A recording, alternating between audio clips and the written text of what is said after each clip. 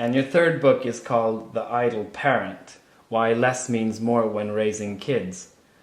The first thing that struck me when I saw this book is the very politically incorrect picture on the front, the cartoon. And it's a picture of parents drinking their cocktails, and they're basically ignoring the child.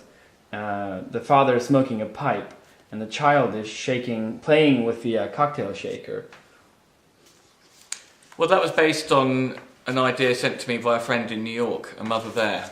And I was telling her about the idea of the idle parent, which is really, we work too hard as parents. And that's kind of universally acknowledged, everyone complains about it. But the work ethic is going backwards into childhood. We're making our children work too hard as well. We fill their days with too many activities. There's too much adult, organised entertainment for them. There's too much television watching, which is passive for the child. There's too much computer. What about the child's own natural instinct for play? And really the idea of the idle parent is, let's leave them alone. Now and also at the same time, get them to work for you. That's it. The first chapter is, after the introduction, is bring back child labour. Tell me a bit more about that. Well, this is alluded to in the cover, where the child is shaking the cocktail shaker for the parents. My New York friend said, I love the idea of the idle parent. My daughter can now hand out crisps at parties, and my son can shake up a good martini. It's and beautiful. It struck me, yeah, and actually children are not really idle, they like to be busy, whereas parents do like to kind of sit back and do nothing. So it struck me that, just from a practical point of view, it makes a lot of sense to see the children not as a kind of encumbrance in the household,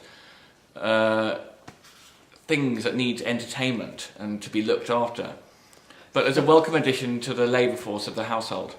So give me an example. You have 3 kids of your own. Give me an example of how you've embraced the idea of bringing back child labour. Well, I'm not saying it's easy at all. One of our great ones is washing up, doing the dishes, and I admit I find it difficult to get them to help to do that, but I think it's important that they should.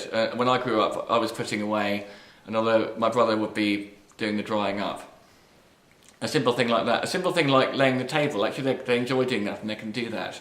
If you keep making them do these things, eventually it becomes more natural to them.